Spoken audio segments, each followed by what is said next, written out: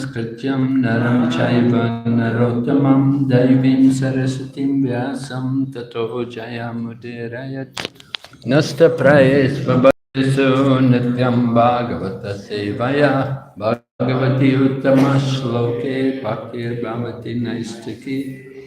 We're studying Srimad Bhagavatam, Canto 3, Chapter 26.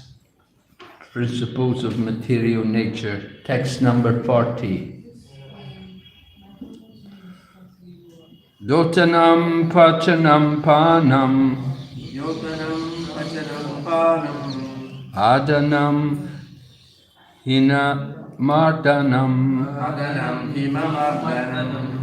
Tejaso vitayas kriti Soshanam Shochanam Shutrid Evacha Dotam Pachanam Panam Adanam Hinamardanam Tejaso Vritayas Tvekha Sosanam Shutrid Evacha Dyotanam Pachanam Panam Adanam Hinma Mardanam Teka Sosanam Sutrit Evacha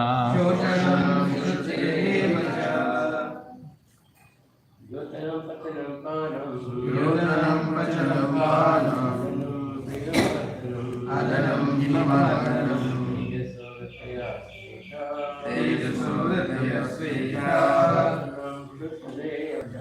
Shoshanam Shruttadevacha Dyotanam Pachanam Panam Adanam Himamadhanam Tejaso Vrittayasveta Shoshanam Shruttadevacha Yutanam Pachanam Panam Adanam Himamadhanam Tejaso Vrittayasveta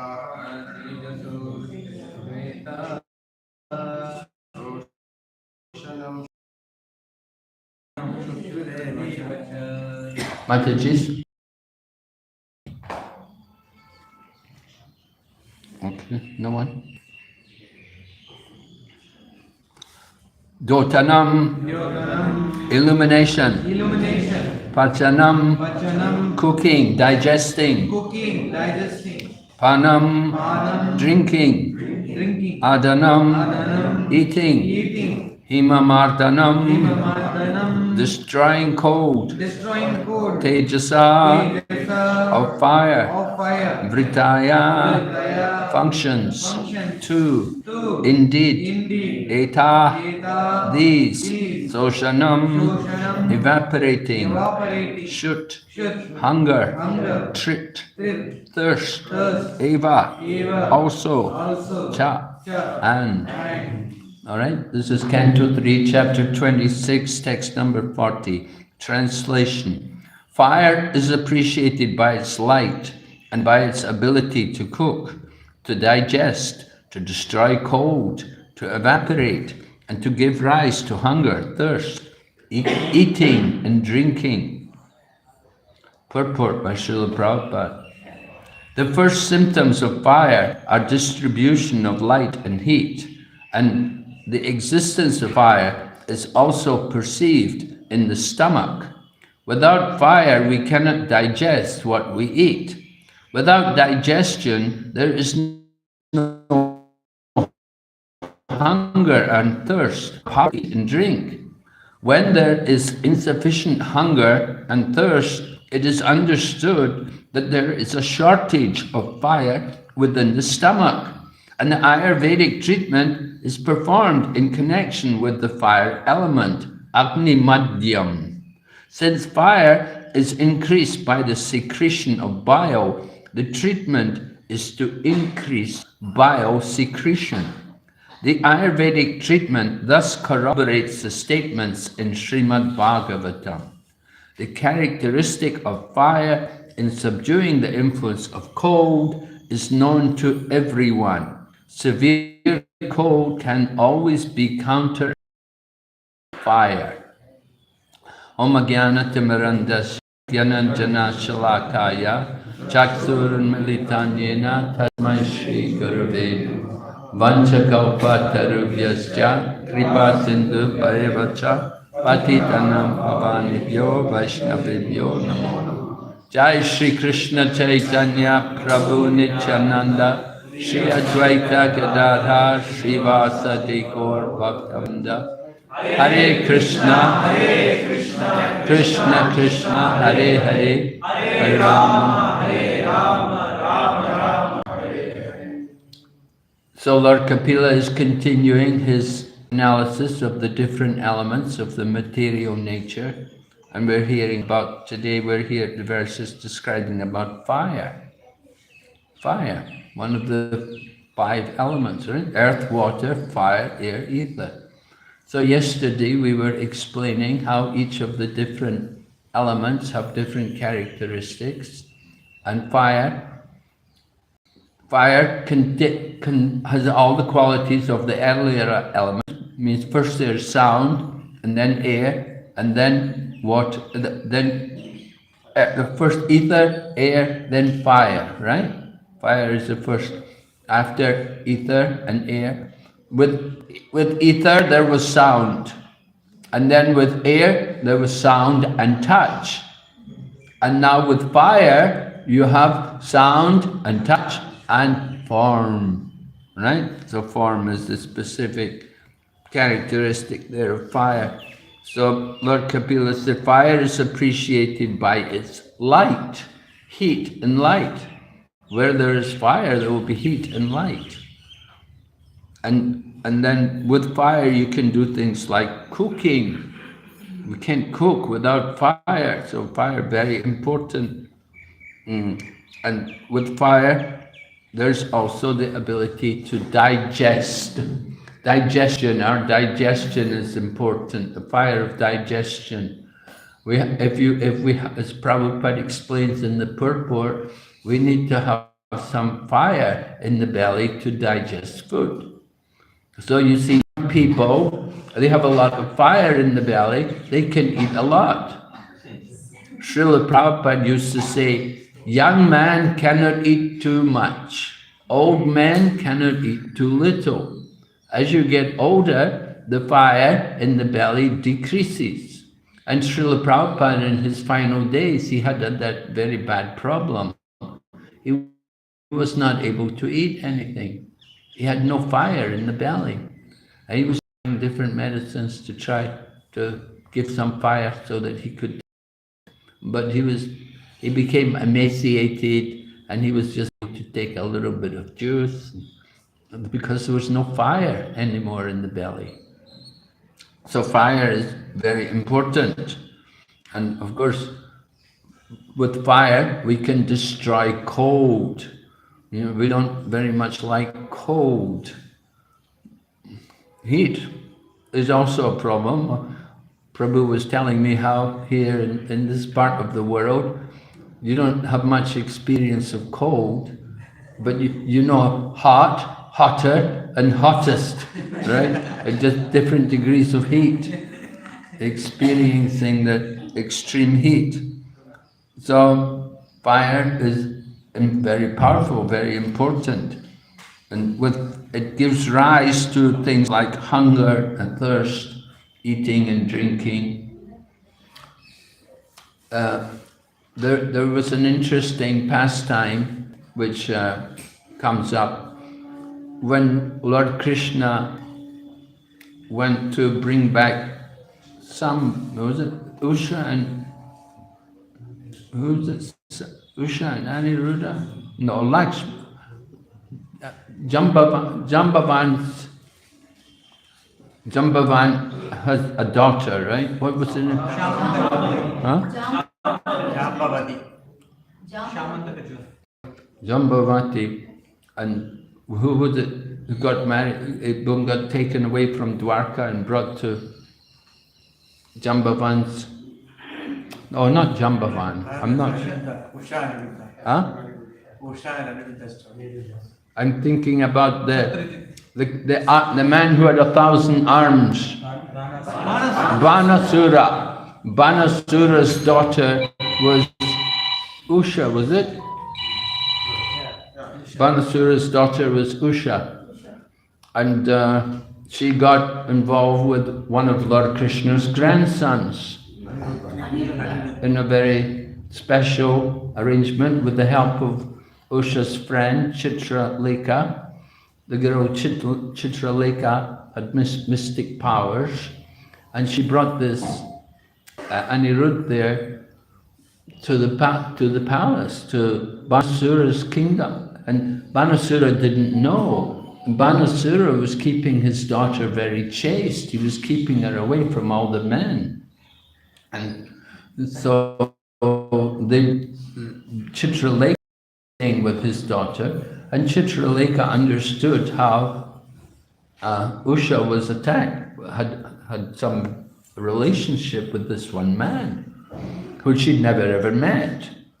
And Chitralekha drew pictures of different men, and eventually she came to the Yadus, and then she came to this Aniruddha, and so they understood this was the man who was in the dreams of Usha, Banasura's daughter. So Chitralekha said, no problem, I'll bring him to Dwarka and bring Aniruddha there. In his sleep, he woke up and found himself in the palace of these beautiful women, and this young woman was there with him, Banasura's daughter. And so they had a relationship together. And then when the father found out, he was furious. And he arrested Aniruddha. Although Aniruddha was a great fighter, Banasura was also very powerful, and he had weapons. And they arrested Banasura, took him prisoner. And Narada Muni went to Dwarka and told Lord Krishna what happened. So Lord Krishna came with a great army, and they came to attack Banasura. And Banasura had the help of Lord Shiva. I don't know what the Shivite devotees will think of this pastime, you know. A lot of Shiva devotees around. Anyway, Lord Shiva was residing in the kingdom of Banasura to take. He had promised Banasura that he would protect him if he was ever attacked. Lord Shiva likes to do kirtan, and Banasura had 1,000 arms or 100 arms. How many arms did he have? 1,000. So with his 1,000 arms, he could play mridanga very nicely, you know. And so Lord Shiva was very happy because he could enjoy dancing. When the mridanga playing is very good, then you dance nicely. So Banasura he had pleased Lord Shiva, so Lord Shiva said, how can I repay you? So Banasura was a great devotee of Lord Shiva, and he told Lord Shiva, he said, you should stay here and protect me. If ever I'm attacked, you can help to defend me. So Lord Shiva agreed. So when Lord Krishna came with his army, there was a great battle, and Lord Shiva fought against Lord Krishna. It was a big fight, and even Kartikeya or Murga was also there, and he was fighting Pradyumna, and Ganesh was also there fighting, helping Lord Shiva, and big battle. So at one point, Lord Shiva because Lord Shiva was having a difficult time, Lord Krishna used one point, he used a yawning weapon. You know, our yawning weapon is Srimad Bhagavatam. When we chant Om Namo Bhagavatam. So Lord Shiva was a victim to Krishna's yawning. He was fighting, and then Krishna used the yawning weapon. Lord Shiva I'm tired, I'm going for a rest. So Lord Shiva took a rest. But after some time he recovered and he came back, and he saw that they were not doing very well. His army was being defeated. So Lord Shiva used his ultimate weapon, the Shiva Dwara. The Shiva Dwara is like death personified, and it's a great fire everywhere. And it came in a form, 3 heads and 3 legs. A little unusual, huh? Anyway, this was the form of the Shiva Dwara. He had 3 heads and 3 legs, and he was blazing like fire, burning everything. Just like at the time of death, the body will get very hot, and you get big, will go up to 107, and then the body will become ice cold. First you get very hot, big fever, and then the body will become like ice, and that is the death, the time of death. So the Shiva Dwara was burning everyone, very powerful weapon. So Lord Krishna, he produced the Narayana Dwara, which was the ultimate, it's the only weapon which could challenge the Shiva Dwara, the Narayana Dwara.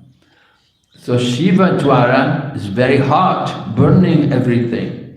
And the Narayana Dwara, very cold, freezing everything. So they were fighting, and the Shiva Dwara, in contact with the Narayana Dwara, was losing his heat. Because when this cold comes in, then the effect of the heat is reduced. So the Shiva Dwara was losing his power, losing his power.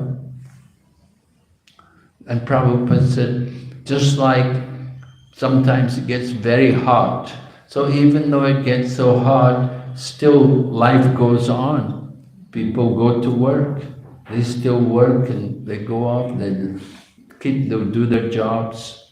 But when it gets very cold, sometimes it gets so cold, everybody will just stay at home. They don't want to go out.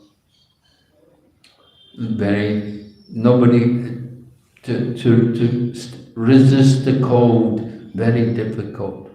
We have devotees in some parts of the world, like North China and then into Russia, Far Eastern Russia, temperature is -30. -30 degrees, it's very cold. One devotee told me he went there, he'd come off the train, he was up in North China, he came off the train, and he took a drink of water, and the water froze in his mouth. It became ice, he did. Actually, a devotee from Perth, Brajanandan. Yeah, Brajanandan from Perth. So he took a drink of water, and the water just went solid in his mouth. He couldn't swallow it. It got stuck in his throat, his eyes.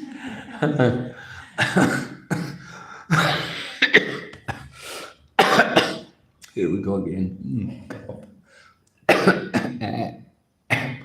So this is the effect of the heat and the cold. Cold is very difficult to tolerate and to exist in the cold. In some parts of, like Canada, also very cold. They don't turn the engine off in their motor car. They leave it running all night, because if they turn the engine off, everything freezes. It just turns solid. So they have to keep the engine running all night. So cold is the ultimate weapon. But here we're hearing about fire. Fire is also very powerful. We need to keep some fire in the belly to eat, to be healthy.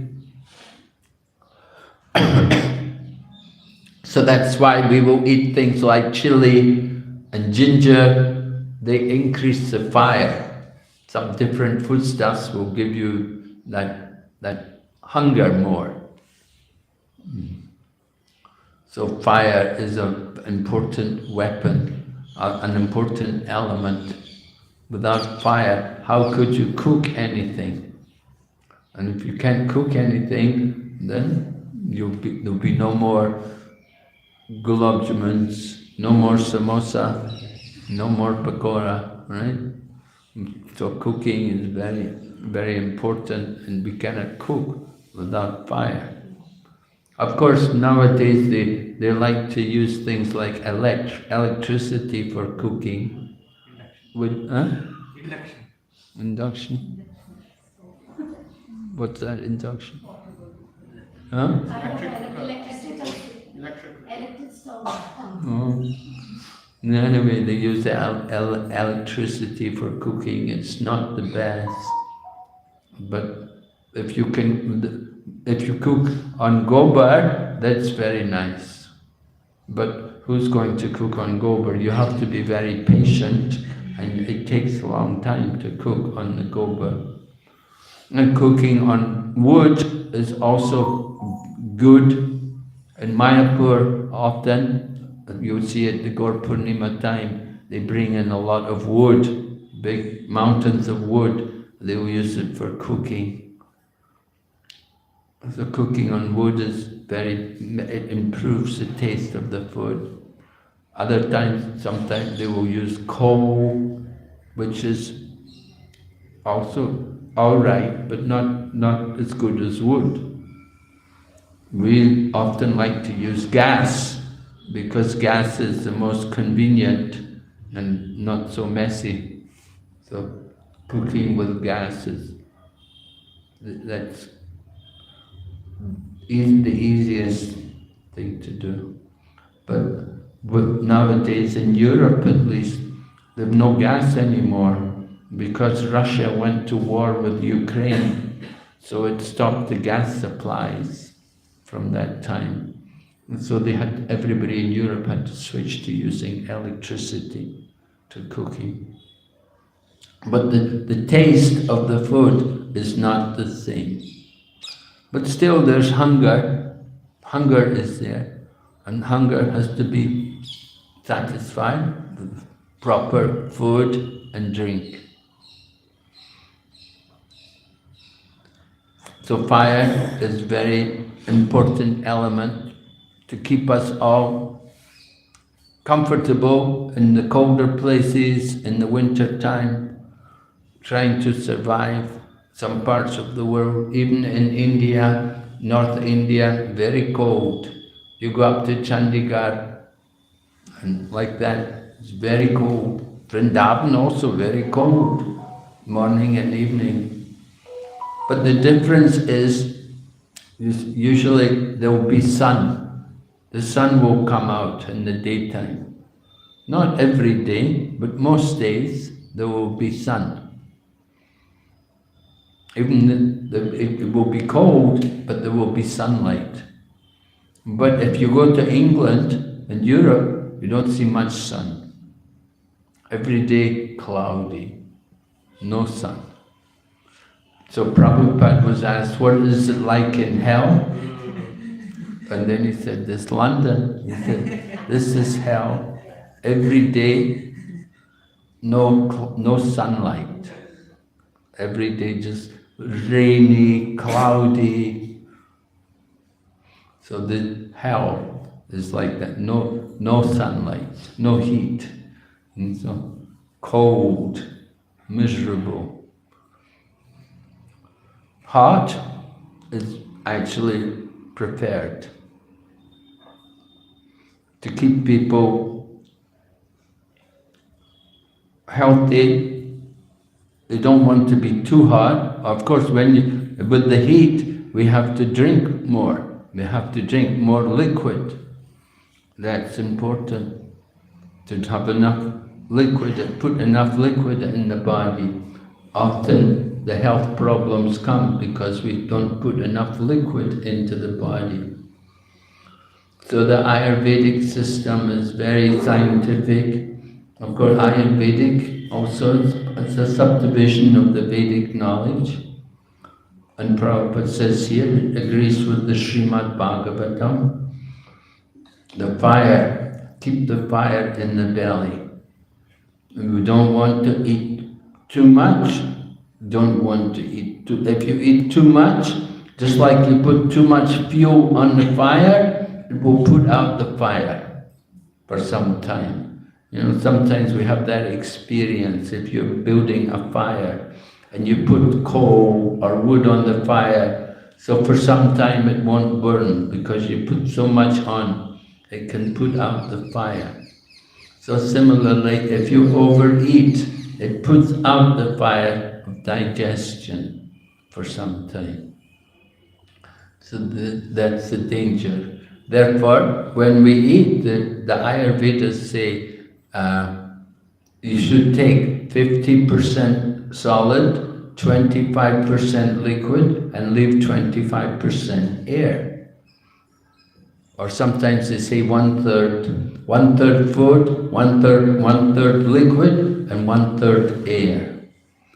Don't just fill the belly only with food, but have it so that the fire can burn. If there's no fire at all, then we cannot digest anything.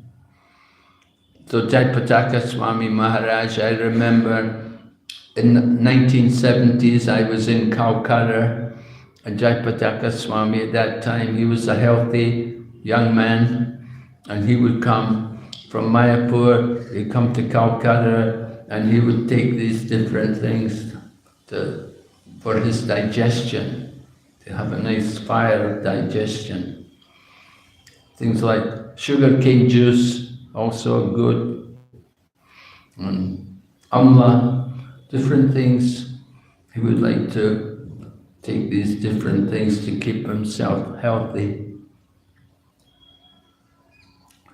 So Krishna consciousness helps us to understand these different things. We see how Srimad Bhagavatam is not just speaking only philosophy, but it's speaking also practical knowledge to us. It's explaining to us about what we have to do to keep healthy, to keep the body fit. We have to watch out for that fire, to keep that fire healthy. That's why regulation is there, and that's why we have also Ekadasi fasting. Ekadasi fasting is a type, it's also very good for health. Of course, Ekadasi is a day which is very dear to Lord Krishna, but it's also very good for health, to give the body a rest, because generally we eat too much. We eat too much and the fire of digestion is not there so much. So when we give the body a rest, like on Ekadasi, then after Ekadasi, then you have a good appetite. You have the fire of digestion comes again, and you can enjoy the food more. So the Ekadasi is actually meant like that we practice some restraint. Of course, Srila Prabhupada and Bhaktisiddhanta Saraswati Prabhupada, they taught us that Ekadasi is not meant just for fasting, but it's a day to increase our hearing and chanting. And there's a famous pastime that in one of the Gaudiya months one time, there was a program, and it was Ekadasi, and the devotees there were all fasting. So some man came to invite all the members of the ashram that I'm having a Sankirtan festival, I want you to come and attend the program, do Sankirtan and give some preaching to the people. But they said, no, we're all fasting today, we can't come. But when Bhaktisiddhanta Saraswati Prabhupada heard, he said, cook prasadam, everybody take prasadam, go for the program. He said that going for the program is more important than fasting. So Prabhupada also taught us that the real purpose of Ekadasi is the day to increase our hearing and chanting. And increasing our hearing and chanting, if we want to seriously increase our hearing and chanting, we'll minimize our eating and sleeping. So Chaitanya Mahaprabhu, he would observe Ekadasi very strictly. He would not eat, he would not drink, he would not sleep. The whole night he would stay awake. So one time we had the opportunity also. I was in the Philippines and Tamal Krishna Goswami came there and he wanted all of us to stay awake and do a full Ekadasi. No eating, no sleeping, no drinking, the whole night. And of course it's very nice when you're together with a lot of senior Vaishnavas. So to be in that kind of association, you don't mind to observe fasting and to stay awake all night, because the whole night there would be katha and kirtan, different activities. So in this way we were practicing. And then after the Ekadasi, then you break the fast. And naturally, when you come to break the fast, you have a good fire in the belly. You're ready to eat, to drink. So these things, they're all designed for our material and spiritual benefit. And we have to take advantage of these things. Okay, are there any questions or comments? Maharaj, there is another now. So, just you are telling 50% will be put prasadam, 25% and 25%. So, how I understand why I am eating, this is my 50%. Because as long as hunger we are eating. And Ekadasi day, when I am thinking, just it is my realization. Ekadasi day, before day you are thinking, next Ekadasi day you are more hunger is coming. What is the reason? Next Ekadasi day, more hunger? Today is like tomorrow Ekadasi. So when night I am sleeping, next day morning is more hunger is coming. So it's like he is meditating on Ekadashi the previous day itself, and that in turn becomes intense hunger for him on the Ekadashi day. So what to do is... Well, you don't think about the hunger if you're chanting Hare Krishna. If you're engaged in chanting and hearing, you're having nice katha and like that, we don't think about the hunger. And these things, it's something you learn to get used to it. You know, in the beginning you feel a little hunger, but tolerate. You tolerate and you can overcome that. In the beginning, it's a practice. If you become accustomed to it, it's not a big problem. As far as how much is 25% and how much is 50%, well, we depend on every individual's judgment. It's up to everyone to judge for themselves. You know when your belly's full, and you know when you're empty, when you're hungry. So you have to judge how much is about half. Right? Our own experience will tell us. The point is, as Krishna says in Bhagavad Gita, don't eat too much, don't eat too little. You cannot be a yogi if you eat too much or if you eat too little, or if you sleep too much or sleep too little. So we have to be regulated in these habits. You eat too much, you get the rich man's disease, diabetes. Very common in India, right? People eat too much, too many things, fried things, sweet things and stuff, and they get diabetic. Prabhupada said it's a rich man's disease. And if you eat too little, you get tuberculosis, you get TB. Some people, they get a phobia about eating, they don't want to eat, and when they don't eat properly, then they're prone to get something like tuberculosis. So it's the result of not eating properly. I was giving a program one time in Malaysia, in Johor. 3 people were diabetic and 1 had TB. It was quite surprising.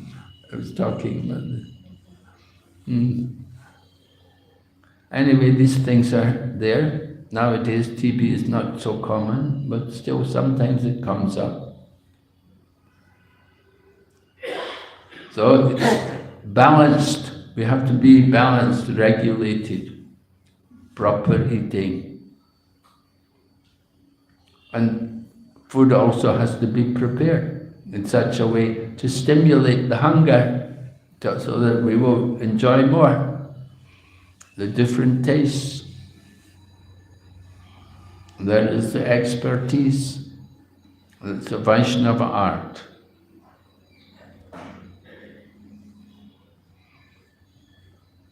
Okay, any other question? Yes? Maharaj, they say that, I've heard from the senior devotees, they say that cooking on firewood is sattva guna, and cooking on gas is rajasic, and electrical cooking is tamasic. Is that his understanding, Maharaj? Well, maybe. I've never heard it before, but it could be. Sounds reasonable. Maharaj, sometimes there are opinions that devotees should eat simple food and keep everything very plain and things like that. Is that correct? I mean, my understanding is we should cook nicely for the Lord and we partake that, or should we all keep things very simple all the time? Well, Srila Prabhupada said we could eat opulently once a week, like on Sunday feast. But during the weekdays, you don't want every day to be feasting on all kinds of fried things and sweet things every day. That will not be so good for health, overindulging, eat too much. So Prabhupada, it's a basic diet, Prabhupada gave us the diet. In the morning we'd have some cereal with a piece of fruit, like an orange. And then there'd be also some chickpeas, chickpeas, chana. We'd have a few chickpeas. And we were supposed to, they would say, you should only have about 8 chickpeas, right? If they take more, if you eat more than 8 chickpeas, too much, because very high protein. So like that, a few chickpeas and a piece of fruit and some cereal. And then lunchtime, it would be rice, dal, chapati, sabji. Right? When people want more, they can eat more rice and dal or chapati. This is staple food. And the night we'd have a glass of milk. That was the program in ISKCON. And we would take the rice, dal, chapati, sabji at lunchtime, and in the evening a glass of milk. No prasadam at night. Would not eat at night. So, very satisfying, healthy program. Prabhupada arranged like that. And of course, over the years, everything changed. Not so many people living in the temples. People go out to work. They go out to work, they cannot eat all day, they come home at night and have to have a good meal.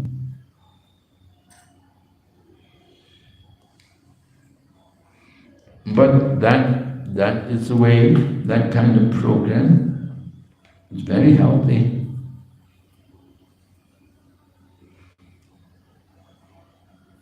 And the devotees would have a good appetite every lunchtime. They'd be hungry, ready to eat. They could eat good. Okay? Hare Krishna. Srimad Bhagavatam ki. Gaur Premanande.